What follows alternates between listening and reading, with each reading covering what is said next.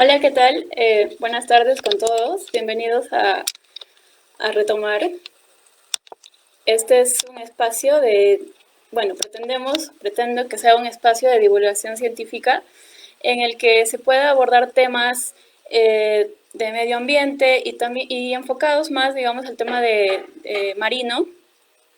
Yo estudié biología pesquera en la Universidad Pedro Ruiz Gallo, entonces mi tema de acción va más enfocado a lo marino, por eso es que esta página también trata de abordar esos temas.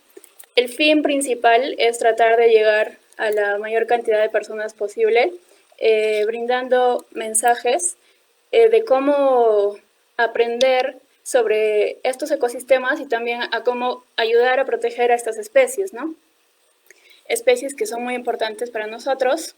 Bueno, ese es el fin principal de esta página, así que gracias por estar ahí ahora al otro lado de sus pantallas.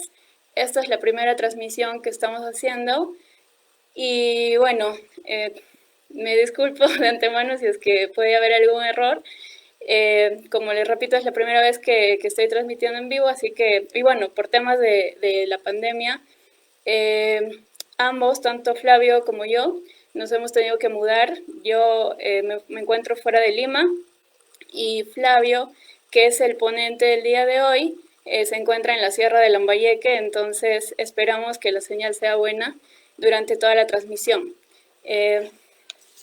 Les quiero presentar entonces al ponente del día de hoy. El tema que vamos a tratar es fitoplancton, pequeños productores que mueven el mundo. El presentador es Flavio Solís Mundaca. Él es maestro en Ciencias del Mar. Estudió Biología Pesquera en la Universidad Nacional Pedro Ruiz Gallo. Los primeros años de su carrera profesional, Flavio trabajó en el área de fitoplancton. Fue becado por Concitec para ingresar al programa de maestría de Ciencias del Mar en la Universidad Peruana Cayetano Heredia.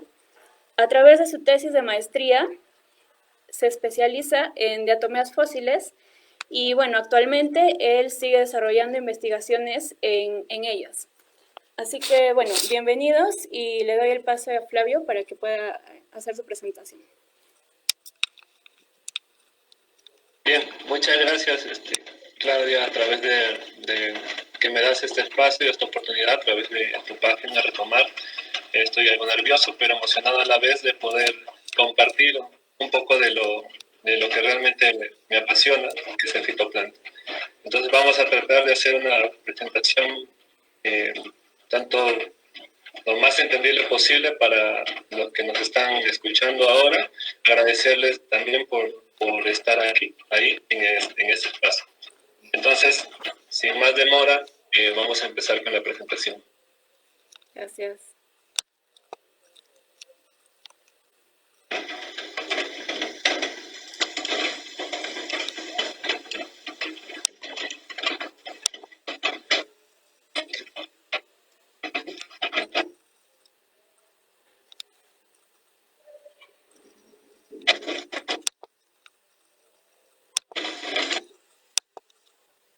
Bien, como ya había mencionado Claudia, en esta oportunidad voy a compartirles un tema acerca del fitoplancton, los pequeños productores que impulsan el mundo. Para hablar de fitoplancton, primero tenemos que entender qué es el plancton. Este término viene del griego ante, es un término que se utiliza para los microorganismos que están adaptados a la vida en la columna de agua, ¿no? Que se encuentran en suspensión. Estos organismos pueden ser tanto marinos como costeros, también en aguas interiores o las llamadas aguas continentales, ¿no? En los ríos, lagos, reservorios, lagunas, humedales y entre otros cuerpos de agua. Porque es la base de las cadenas tróficas, principalmente el fitoplancton, pero a su vez el zooplancton junto al fitoplancton generan esta rica sopa de nutrientes para las siguientes tramas tróficas. Encontramos diversos tamaños de plancton, clasificados desde menores a una micra hasta los grandes miembros del plancton, que llegan a medir hasta varios cientos de centímetros. Estos interactúan entre sí también dentro de las columnas de agua. Entonces tenemos dos principios que se refieren a microorganismos que vienen de los naves, que viven en la columna de agua y que por lo general son fotosintéticos. Decimos por lo general porque siempre hay excepciones y porque hay algunos organismos, que ya lo vamos a ver más adelante, que son mixótrofos, es decir, van a hacer fotosíntesis como también se van a alimentar de una forma heterótrofa. Fitoplancton comúnmente le denominamos algas, ¿no? O microalgas, mientras que el zooplancton viene a ser todo este conjunto de organismos de animales pequeños que viven también en suspensión, sean pequeños crustáceos, medusas, gusanos, moluscos y algunos estadios larvales o huevos.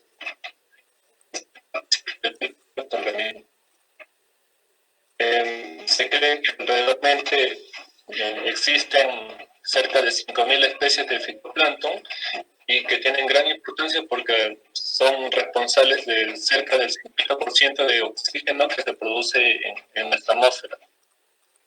Estos organismos han generado a través de la evolución diferentes estrategias adaptativas a la columna de agua para mantener la flotabilidad en la columna de agua, ya sea como la formación de cadenas, estructuras o paredes celulares discoidales, setas, formadores de colonias, espinas, entre otras aletas, ¿no? Entre otras estrategias que les ayudan a estar suspendidos en la columna de agua. La diversidad que se tiene de plancton y de diferentes grupos, que vamos a tratar de ver las generalidades de cada uno de ellos y por supuesto enfatizar en lo más importante. Venía diciendo que el fitoplancton viene a ser los grandes productores de nuestro planeta, ¿no? Que a diferencia de lo que normalmente se piensa que son las plantas terrestres las que nos dan el oxígeno, hemos visto que el fitoplancton es el que nos da el 50% del oxígeno de nuestra atmósfera. Entonces, ¿cómo es que se originó esta atmósfera? ¿Cómo es que nuestra atmósfera es rica en oxígeno? ¿No? Porque se cree que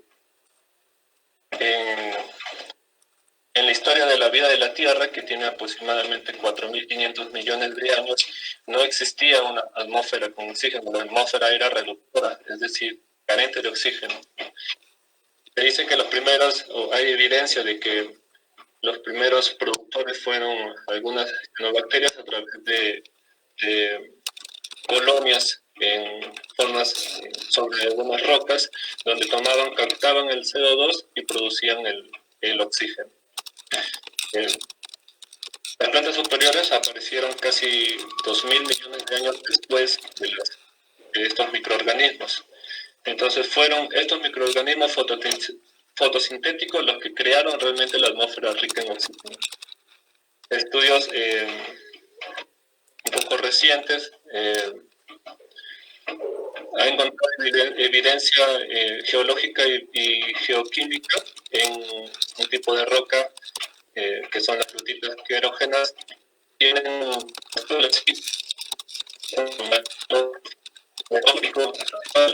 y que ha sido datada antes incluso de 2.400 a 2.700 millones de años.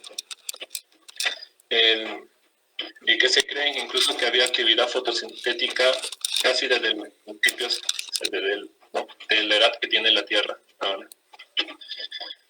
Entonces, ¿cómo es que se originaron los grupos algales? Hay una teoría muy conocida que es la teoría de la endosimbiosis, que trata sobre el origen de las mitocondrias y del cloroplasto que están presentes en los diversos linajes algales.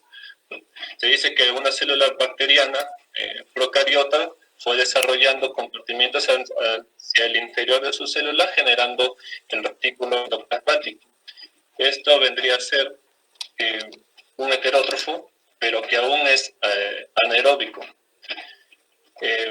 Como es heterótrofo, en algún momento ingiere, en la primera endosimbiosis, una bacteria aeróbica. La ingiere, pero no la digiere, hay un intercambio genético entre sí, y tras años de evolución genera un heterótrofo, una célula heterotrófica con mitocondria. De aquí se derivan otros heterótrofos aeróbicos, conocidos básicamente como protozoos. Luego, este mismo heterótrofo ingiere una cianobacteria, viene a ser la segunda endosimbiosis, que la incorpora, la ingiere, no la digiere. Tras años de evolución, intercambio de genes, empieza a producir las primeras células que tienen características de las algas. Principalmente se cree que de estas endosimbiosis vienen las algas verdes y las rojas. Y así en el curso de la evolución se incorporan, se cree que también un heterótrofo ingiere ya una alga primitiva, ¿no? Y vienen los demás linajes algales. Trata de describir la aparición de las células eucariotas como consecuencia de sucesivas incorporaciones simbiogénicas de diferentes procariotas de vida libre. Entonces, de estas algas verdes se ramifica o da origen a las plantas superiores, las plantas terrestres que ahora conocemos, mientras que algunas se fueron ramificando a otros grupos algales, ¿no? Como tenemos las zoolófitas y otros grupos que por ahí vamos a tratar de comentar. Entonces, el registro fósil nos muestra mucha evidencia en sus sedimentos que desde tiempos remotos han existido las algas y otros organismos también pertenecientes al zooplancton o microzooplancton, y que incluso han competido entre ellos por la disponibilidad de nutrientes, ¿no? Como por ejemplo los radiolarios, que son microzooplancton, tienen estructuras silíceas igual que las diatomeas. Y al igual que los foraminíferos planctónicos, necesitan carbonato de calcio como el nanoplancton calcáreo. Y así, que ha habido diversificación de algunos grupos y han tenido otros, ¿no? Como por ejemplo, antes del neógeno, lo que dominaba o había más diversificación era de radiolarios, mientras que para el inicio del paleógeno, donde empieza la diversificación de las diatomeas, disminuye la cantidad de número de especies de radiolarios, ¿no? Y esto se puede entender porque ambos compiten por el mismo nutriente para formar sus estructuras. Entonces habíamos dicho que las especies de fitoplancton son alrededor de 5.000 especies, son responsables de la productividad primaria del océano global, y que esta interviene en los ciclos biogeoquímicos de nuestro sistema, ¿no? Entre ellos tenemos muy importantes en el ciclo del carbono, en el oxígeno. Tal cantidad de biomasa de fitoplancton genera mucho oxígeno a la atmósfera. Entre el ciclo del nitrógeno también, ciclo del hidrógeno, del fósforo, y otros elementos como pueden ser azufre, sodio, cloro, potasio, hierro, que son muy importantes, o son los nutrimentos que necesita para su crecimiento y su desarrollo. Algunas especies también intervienen en la formación de las nubes a través de algunas sustancias, y también producen algunos pigmentos, otras toxinas, etc. La productividad que genera el fitoplancton es muy importante también para el hombre, ya que es la base de las cadenas tróficas en donde va a estar disponible para los recursos hidrobiológicos que nosotros tenemos a disposición. Que del fitoplancton son las cianobacterias, ¿no? Las comúnmente llamadas algas azul verdosas, que tienen la capacidad de fijar el oxígeno atmosférico y que ha estado siempre involucrada a través de los estromatolitos, por ejemplo, que les mencionaba, en el desarrollo de la historia de la Tierra, ¿no? Y del oxígeno atmosférico. También es responsable de la productividad del mar abierto, también en los subtrópicos, ¿no? Y entre los géneros más conocidos y más importantes que se tienen en el océano son el Trichodesmium, el Prochlorococcus y el Synecocystis. Aquí tenemos las células de una colonia de Trichodesmus, y este trabajo de paso del año pasado muestra cómo aprovechan este cianobacterio el hierro que viene por intermedio del transporte eólico hacia el Atlántico Norte. Se sabe que el transporte eólico es el sedimento que se puede depositar a través de los vientos hacia el océano, son ricos en hierro, pero que quizás no está en su forma digerible para esta cianobacteria, pero que esta, a través de algunas bacterias, suelta el hierro o lo pone más disponible para estas, y que se pueden desarrollar con mayor facilidad gracias a esta relación simbiótica entre la cianobacteria y la bacteria. En la diatomeas son los grupos grandes, diversos que tenemos, y son organismos que su pared celular está compuesta por sílice. Esta pared celular le permite también tener cierta flotabilidad, y también permite que al llegar al sedimento quede en el registro fósil evidencias de climas pasados, que es muy utilizado también en paleoceanografía, en paleoclimatología. Diatomeas, al ser uno de los grupos más importantes, responsables casi del 40% de la productividad primaria, cumple un rol muy importante en la bomba biológica, que ya la vamos a explicar de una manera un poco sencilla, pero que trata del secuestro o la incorporación del CO2 atmosférico, y para ser enterrado luego en el sedimento de mar. Es muy importante este grupo en las zonas de afloramiento, como en nuestro litoral, y es la corriente de Humboldt, y que estas diatomeas pueden generar también esporas de resistencia o estadios de latencia para luego volver a florecer, ¿no? También han sido muy importantes sus estudios en la exploración de hidrocarburos. Se cree que las diatomeas vienen desde finales del Clásico, aunque no fueron muy diversas hasta las primeras diversificaciones que se dan casi en el Eoceno, siendo más importantes durante este periodo de tiempo del Cenozoico, ¿no? Ya que tiene periodos de diversificación.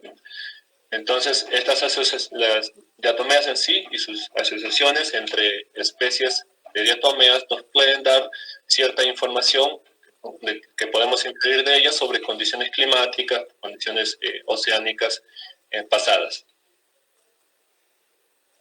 Otro muy importante y conocido son los dinoflagellados, con alrededor de 2.400 especies que se han registrado, y que pueden ser tanto de vida libre como parásitos o simbiontes. Habíamos dicho que algunos de los grupos de fitoplancton pueden ser fotosintéticos y mixófilos.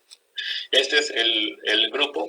Los dinoflagelados pueden hacer fotosíntesis, como también pueden alimentarse de manera heterótrofa, incluso comiendo otras algas. Se caracteriza porque tiene dos flagelos, un sulco donde donde está el flagelo longitudinal y el cíngulo donde está el flagelo transversal, y que su nombre un poco se debe a su movimiento, un movimiento de rotación que tiene. Existen dinoflagelados que son atecados, es decir, que no tienen una pared de celulosa como los tecados, ¿no?, que tienen unas estructuras denominadas placas. Este grupo es común porque es uno de los grupos que ha generado proliferaciones o floraciones algales, ¿no?, comúnmente o antes llamadas mareas rojas, ¿no?, o floraciones algales, que pueden ser o no nocivas. Producen algunas toxinas y que pueden ser tanto perjudiciales para otros organismos como para el hombre. Forman quistes de resistencia. Este grupo también es muy estudiado en el registro sedimentario para hacer también reconstrucciones paleoclimáticas o paleoambientales. Entonces, es una estructuración de toda la diversidad de dinoflagelados que hay en la actualidad.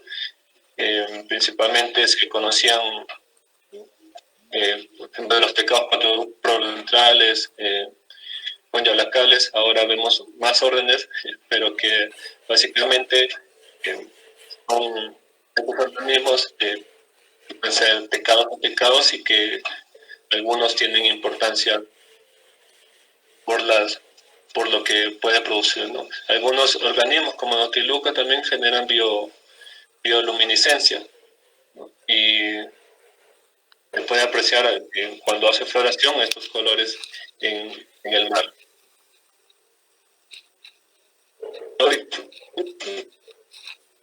Conocidos como las tofitas, un grupo de las tofitas que están incluidas en las pinesiofitas, y que alrededor de 500 especies serían las que están descritas y presentan un tercer flagelo o llamado aptonema, ¿no? En su estructura externa está cubierta por algunas pequeñas plaquitas llamados cocolitos, ¿no?, y que son principalmente de carbonato de calcio. Es muy utilizado para reconstrucciones paleotemperatura, debido a un compuesto biomolecular que tienen llamado gliquelonas, sí, y que también es estudiado ahora en las líneas de investigaciones recientes, ¿no?, que sobre la acidificación de los océanos, ¿no?, porque puede generar una sobrecalcificación de sus placas, como vemos aquí, y lo describe muy bien Diana, una compañera en su tesis de maestría. Bueno, también se han incorporado en los estudios de bioestratigrafía porque tienen buenos marcadores estratigráficos. Su distribución es a nivel mundial e incluso global, ¿no?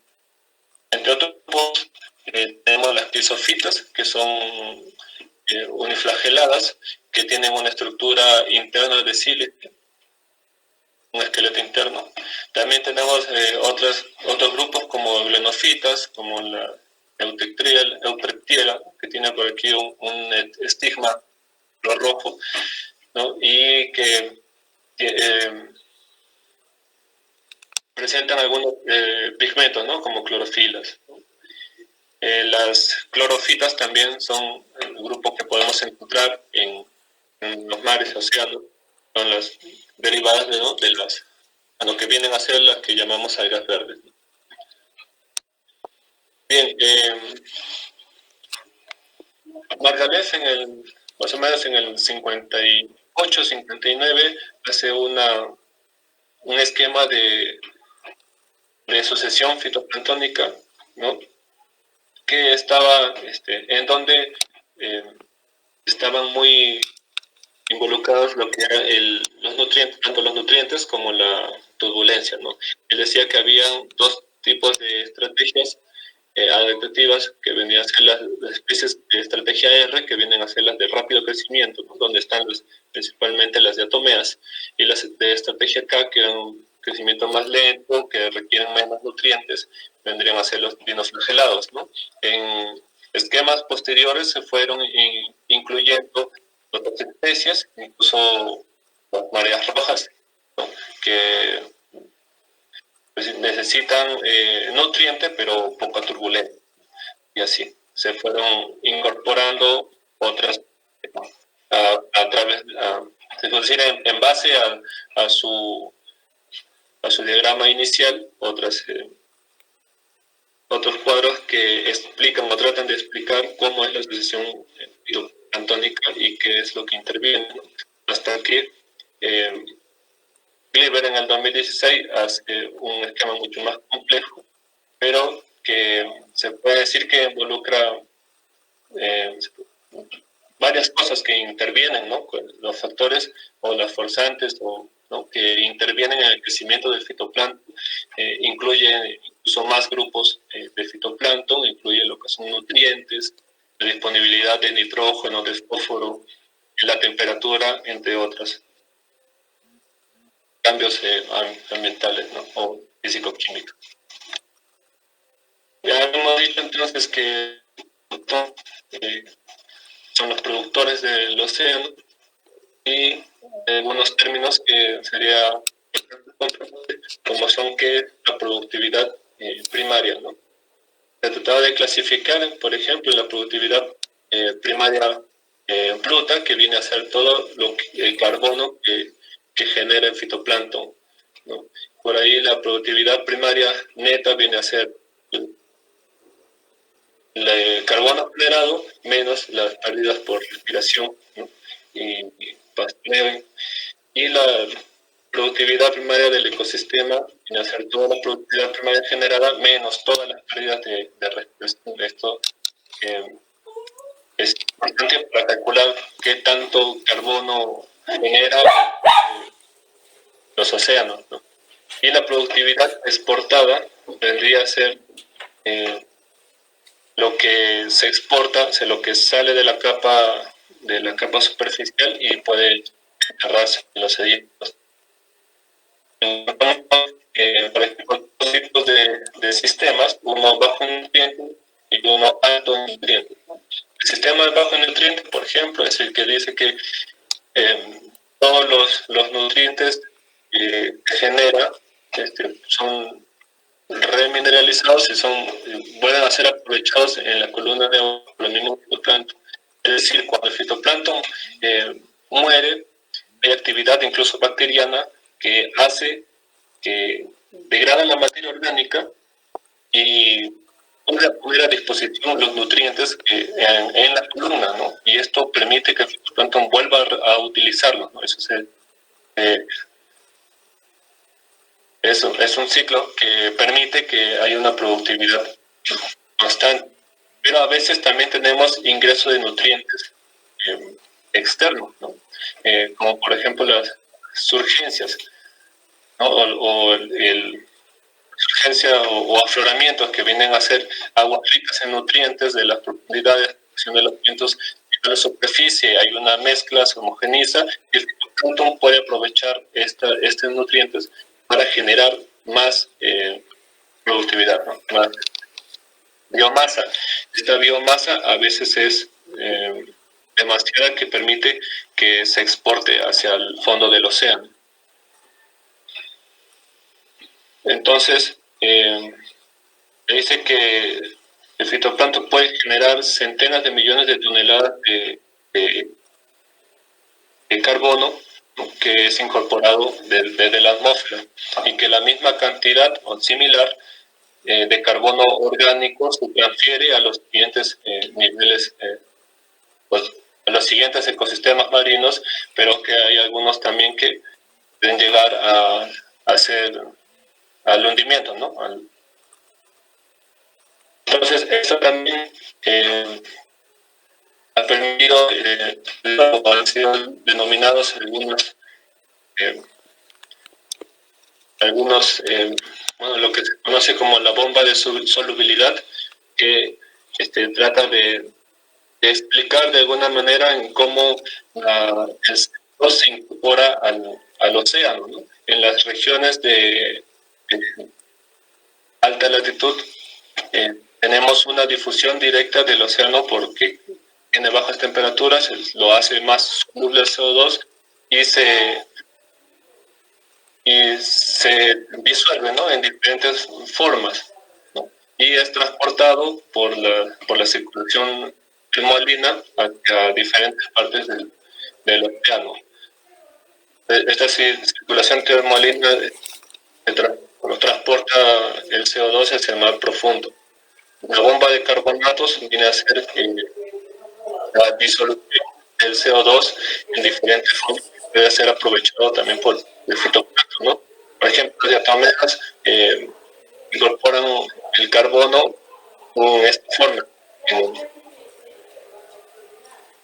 Y bueno, también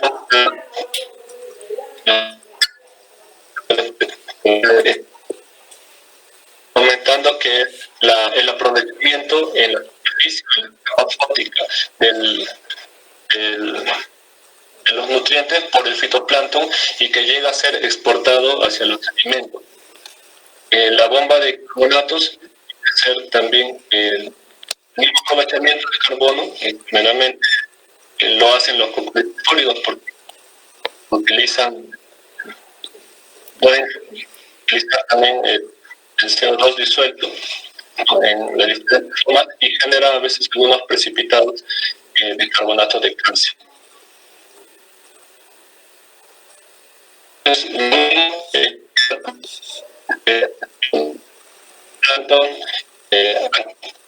Incorpora el CO2 disuelto y a través de la materia orgánica es llevado al alimento marino. Entonces es importante porque muestra el CO2, ¿no? Que hay en la atmósfera y lo entierra, ¿no? Esto ayuda mucho, ¿no? al ciclo de carbono y de no tener, ¿cómo se puede decir? Este gas, como es el CO2, ¿no? Que es perjudicial, es uno de los gases de efecto invernadero que está muy constante, ¿no? En el cambio climático y de alguna manera que de esta manera el fitoplancton puede capturar gran parte de este gas hacia los sedimentos marinos. Este es un perfil en el que quiere mostrar cómo se comporta la productividad en la columna de agua. La capa de mezcla, por ejemplo, es esta capa artificial, donde la capa fótica, perdón, es hasta donde llega el 1% de la luz solar, y que va a ser la capa en donde se va a producir el mayor crecimiento de fitoplancton. Interviene mucho, por ejemplo, los nutrientes, y siempre o generalmente hay un pico subsuperficial en la clorofila. El mayor crecimiento del fitoplancton no es tanto es un poco superficial en algunas zonas, y esto es debido a que la luz también puede generar una fotoinhibición del crecimiento.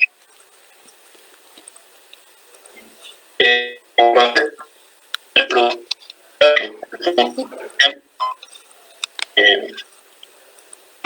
incluso ya es el tema de medicina, traté de usar diatomeas para explicar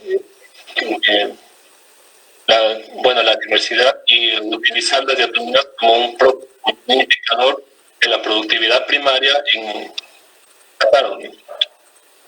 Entonces, básicamente, obtuve dos tipos de asociaciones diferentes de diatomeas que me indicaron ambientes diferentes, un ambiente frío y un ambiente más cálido, ¿no? También me permitió datar la edad a través de especies índices en la que se realizó un número de edad para determinar la edad de los sedimentos, ¿no? Yo trabajé en esta zona de Pisco, en este afloramiento de rocas sedimentarias marinas ricas en diatomea, lo que se denominan como tierra de diatomea o diatomía, en las que las diatomeas están muy bien preservadas y gracias a que los sedimentos, a los estratos se mantenían constantes, es que se pudo hacer este modelo de grafo, un trabajo gráfico en el que obtuve una edad entre los 8 millones a 3 millones de años, y utilizando las diatomeas y el carbono se pudo observar que tienen la misma tendencia, es decir, las diatomeas son un buen indicador de productividad y que pudo comparar con algunos eventos a nivel global que ocurrieron a esta época. Por ejemplo, cerca de los 6 millones de años hay el conocido llamado biogénico, que es un incremento importante de la productividad marina, ¿no? Y esto es importante porque esto repercute en las siguientes catastróficas, o incluso en estos tipos de efectos que se encuentran en el desierto de Ica, en todo lo que se le llama Cuenca Pisco, importante por el que tiene, ¿no? Tiene grandes organismos, ballenas, cetáceos, otros cetáceos delfines, y que esto ha respondido a la productividad. Entonces, ¿cómo es que responden al cambio climático? ¿No? Es una de las problemáticas de investigación que se desarrollan actualmente, que se crean escenarios, ¿no?, hipotéticos, lo que se pasó en la actualidad. El fitoplancton sabemos que necesita un flujo de nutrientes que viene de las aguas profundas, ¿no? Aguas profundas ricas en nutrientes, que permite al fitoplancton mantener la diversidad y una buena productividad en la columna. ¿Qué pasaría en un contexto de cambio climático? Principalmente el aumento de temperatura podría generar una estratificación, es decir, el agua superficial va a ser cálida, va a generar una barrera, una barrera que no va a permitir que asciendan los nutrientes del fondo, y por lo tanto la productividad podría estar comprometida y podría estar disminuyendo.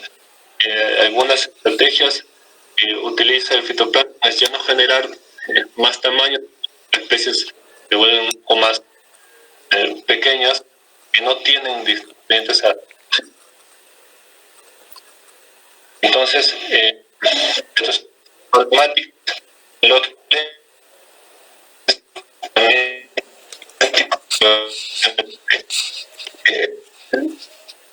el niño se puede en dos, el que se le llaman el niño más problemas mayor, es el Pacífico, que va a generar calentamiento y que por consiguiente va a afectar a la productividad. Este color azul significa menos productividad, menos nutrientes. Lo que venía diciendo, las son cálidas, no son ricas en nutrientes. Entonces, disminuir la productividad. Mientras que el niño realmente ocurre en el centro del Pacífico, aún se puede tener aguas frías, ¿no? Aguas frías aquí para nuestra zona, y otras son en las que la productividad más bien podría aumentar.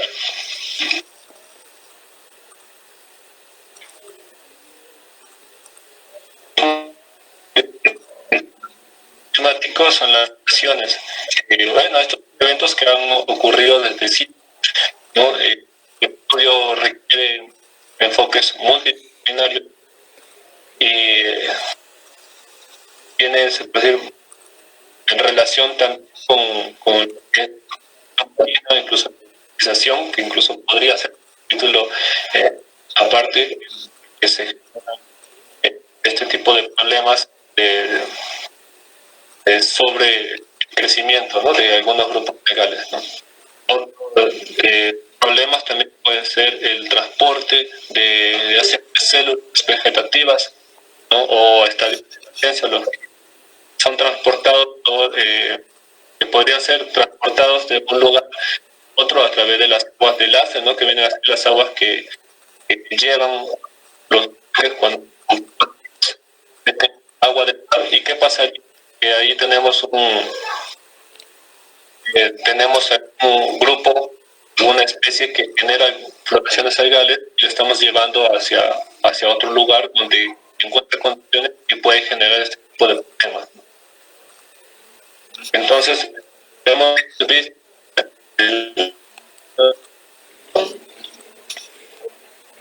principalmente el óptico. O sea, son mareas, principalmente es cuando el agua está teñida, si lo vemos teñida, ¿no? No permite mucho la luz. Mientras las proliferaciones ocurren, son un fenómeno ecofisiológico que después generalmente es inocuo, no genera mucho problema, sino que es propio del crecimiento natural o de cambios en el aumento de estos platos, pero que por razones naturales.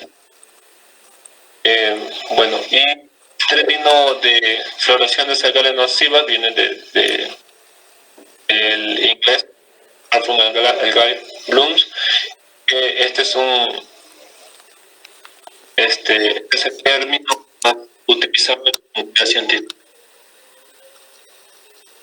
Bien, los principales grupos que pueden generar floración son los flagelados, pero flagelados. Son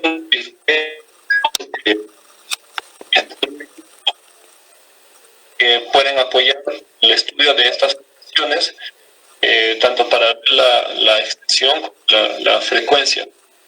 Es el sensoramiento remoto, ¿no? Los satélites pueden capturar fotografías desde el espacio, cual podría la floración es muy amplio, ¿no? Aquí tenemos, por ejemplo, una floración algal ocurrida en el 4, si no me equivoco, que incluso noticia a todas las pérdidas pudo tener, como también pérdidas económicas. Entonces, habíamos dicho que principalmente las especies formadas de mareas rojas son cerca de unas 3, mientras que las especies que se consideran productoras de toxinas son de los 80. Y en mayoría, en el 75%, son el grupo de los. Y interviene la actividad del hombre antropogénica. Sabemos que hay lugares o que los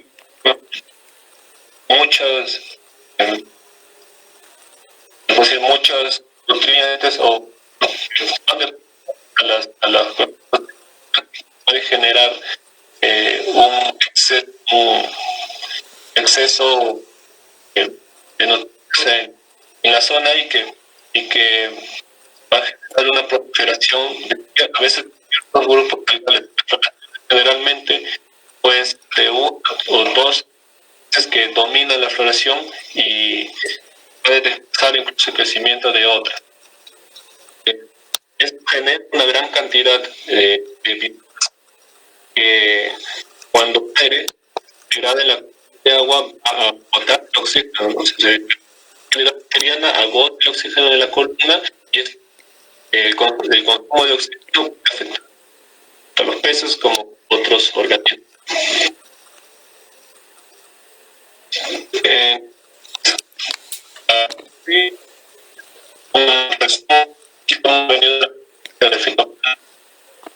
que viene a ser el responsable de calidad de la global. Existen diferentes grupos algales evolucionados ocupando diferentes temas. Estos grupos tienen diferentes ciclos bioquímicos del planeta y que responden rápidamente a los cambios ambientales, ya sean cambios ambientales o producidos. Veníamos hablando del niño y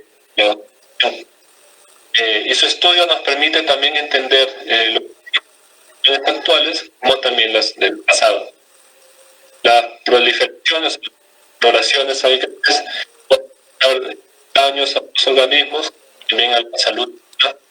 Y el cambio climático podría generar mayores consecuencias de floración nocivas. Entonces, con esto,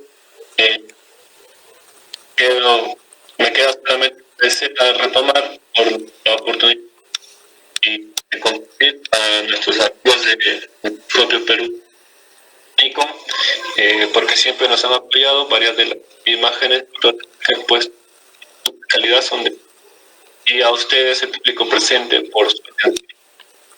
Si hay alguna consulta, entonces voy a tratar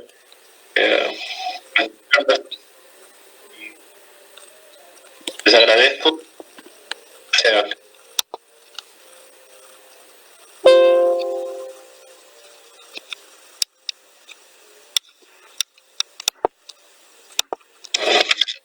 Sí, gracias Flavio por tu presentación. Mil disculpas si hubieron algunos inconvenientes técnicos. A veces la señal y la lluvia no nos juegan una buena pasada el día de hoy, pero de todos modos se ha tratado de hacer el mejor esfuerzo posible. Tenemos algunas preguntas. A ver, tenemos una pregunta aquí de parte de Ana Lucía Padilla. Ella nos dice, el mar peruano se ve verde por el fitoplancton. ¿Qué especies son las más abundantes en el mar peruano, que son las que dan este color característico? Bien, la coloración va a depender y va a cambiar del tipo de especies o conjunto de especies que se puedan ver, ¿no? Y eso también va a depender mucho del cambio estacional. Lo que se observa generalmente en Perú también incluso va cambiando especies. Cuando hay afloramiento, o sea, cuando hay un ascenso de los nutrientes del fondo del mar hacia la capa superior, los que crecen rápidamente van a ser las especies formadoras de cadenas. Entonces, por el color del mar, yo casi no puedo decir qué especies, pero lo que generalmente hay, puede haber, son especies como ketóceros, que responden muy bien o que asimilan muy bien, muy rápido los nutrientes. Ketóceros, talazonemas, nichoides, por algunas de sus variedades, talachociras también, pero no se podría decir si a ciencia cierta con ver el color que especies hay. Además, cuando nosotros los que trabajamos en fitoplancton vemos un agua de color y siempre la tomamos para ver qué encontramos, ¿no? Pero básicamente el color, o sea, la coloración indica que hay una biomasa importante en ese sistema. Eso sí es un gran indicador. Gracias por tu respuesta, Flavio. Antes de continuar con las preguntas, quiero leer acá unos saludos, mensajes, de parte de Javier Castro Galvez. Dice, felicitaciones, Flavio, que sigan los éxitos. Y Marta Mondaca también te felicita por la muy buena exposición que has hecho. Nos dice que está muy bien explicada. También aprovecho la oportunidad para saludar y agradecer a nuestros amigos de Nikon, Microscopios Nikon, ya que están auspiciando esta presentación y tal como lo dijo Flavio, siempre están apoyando sus investigaciones y gran parte de las fotografías expuestas en esta presentación son por parte o gracias a ellos, ¿no? Bueno, siguiendo con las preguntas, recuerden amigos que pueden seguir dejando sus preguntas en los comentarios, yo se las haré llegar a Flavio. La siguiente pregunta es, Nos dicen, a más fitoplancton, más peces, es por eso que tenemos gran biomasa pesquera. O sea, el ecosistema de Humboldt es muy rico en productividad porque trae aguas frías que son ricas en nutrientes. Entonces, esa corriente que viene desde la Antártida, que genera el ecosistema de Humboldt, de Chile y Perú, ya es rica en nutrientes y que es puesta a disposición por un evento que se llama surgencia, que viene a ser el ascenso, ¿no? Impulsado por varios mecanismos, entre ellos el viento, que hace que suban los nutrientes y que el fitoplancton principalmente pueda aprovecharlos. No sé si me falta algo de la pregunta, Claudia, ¿me puedes...? Nos preguntaba a más fitoplancton, más peces, y si es por eso que tenemos gran biomasa pesquera. Claro, o sea, esta cantidad de alimentos sí va a tener una importancia en las pesquerías, porque los consumidores primarios, por ejemplo, la anchoveta, que es el principal recurso del Perú, se alimenta de esto, ¿no? Entonces, sí, en las temporadas que generalmente el agua es fría, rica en nutrientes y rica en productividad primaria, hay más stock, ¿no? de anchoveta, ¿no? Y por consiguiente esto va a generar una productividad del sistema. Tenemos una pregunta más. ¿De qué manera afecta el cambio climático y la acidificación del océano al fitoplancton? ¿Y cómo esto se podría traducir en efectos para los seres humanos? ¿Me repitas, por favor? Creo que tuvo una pequeña interferencia. Sí, a ver, la primera parte de la pregunta es ¿de qué manera afecta el cambio climático y la acidificación al fitoplancton? Ya. Bueno, el cambio climático en general, el escenario general es que va a haber un mayor calentamiento de la superficie del océano. Pues este calentamiento va a hacer que se cree dos fases, o sea, se crea agua caliente en la superficie y no permita ese ascenso de nutrientes. Entonces, esto puede cambiar tanto la comunidad fitoplanctónica, porque vamos a tener una comunidad que prefiera ese tipo de aguas, ¿no? Y no va a permitir o no va a ser tan productiva como un sistema en el que tienes mezcla con nutrientes. Y sí, continúa. La acidificación, me decía, ¿no? Sí, también la acidificación. Entonces, el escenario es que el calentamiento también se está dando por un aumento de CO2 en la atmósfera, ¿no? Pero nosotros sabemos que el mar también capta CO2, o sea, lo disuelve a través de la interfaz atmósfera-océano, ingresa al océano y puede ser aprovechado ya disuelto por el fitoplancton. Entonces, podría generar en algunos sistemas mayor productividad si es que tienes más CO2, pero tienes otros nutrientes que ayuden al crecimiento entre los nutrientes que toma el fitoplancton, no solamente es el CO2, o sea, lo usa así pero también necesita otros nutrientes, algunos más limitantes, que no está mucho a disposición a veces y que es necesario para su crecimiento. Entonces, el CO2,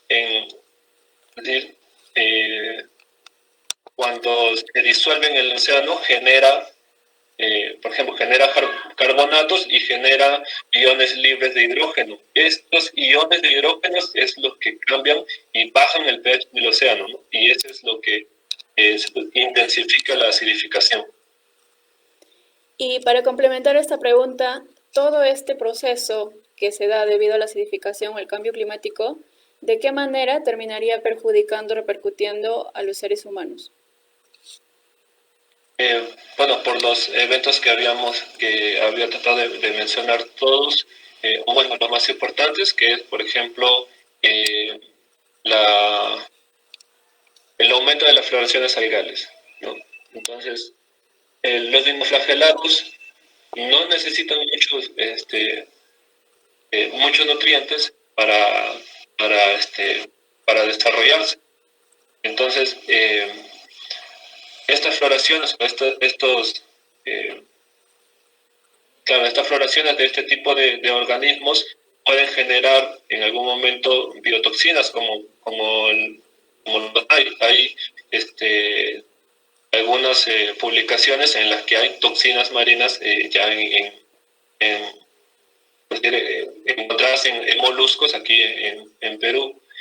Si el humano ingiere esos moluscos, puede tener cuadros o síndromes de toxicidad. O sea, por eso es que se monitorea constantemente las zonas productoras por ejemplo, de la concha de abanico, ¿no?, que hay en Piura, en Bote, en Pisco, para prevenir que estas proliferaciones sean incorporadas, o la toxina sea incorporada al molusco que se alimenta por filtración de estos organismos, y que al ser llevados a nuestras mesas tengamos ese problema de la toxicidad. Bien, Flavio, gracias por tus respuestas. Antes de continuar con las preguntas, quiero hacerte llegar los saludos y comentarios de Mónica Zócola. Nos dice: felicitaciones, muy buena explicación. También nos escribe Lorena Alvarino: muy bien, Flavio. Nos escribe también Paloma Antuna, que te manda muchas felicidades. Rosalba Alonso también nos dice que la explicación ha estado muy buena, sobre todo la de las floraciones algales. Acá hay una pregunta más. Nos consultan si es que hay fitoplancton en los ríos y de qué tipo serían. Sí, bueno, es especie marino, pero eso no excluye a que haya fitoplancton en ambientes continentales, ¿no? O sea, sí encontramos incluso a veces entre diferentes proporciones de las comunidades, van a depender del cuerpo de agua, ¿no? Por ejemplo, en los lagos vamos a encontrar principalmente otras especies, cianobacterias, más clorofitas, se puede decir más diversas, pero también hay diatomeas, también hay unos flagelados de agua dulce, ¿no?, y otros grupos. Las comunidades también van a ser diferentes cuando se tratan de lagos, cuando se tratan de ríos. Ríos someros, digamos, tomeas bentónicas. Tomeas bentónicas son las que están sobre algún tipo de sustrato. Pero también los ríos van a traer por la corriente especies en la columna de agua.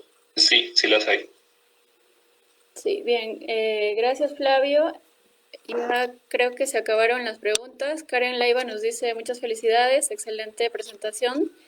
Y si no hay más consultas al expositor, quiero terminar esta presentación agradeciendo a todos por haberse unido. Es nuestra primera presentación.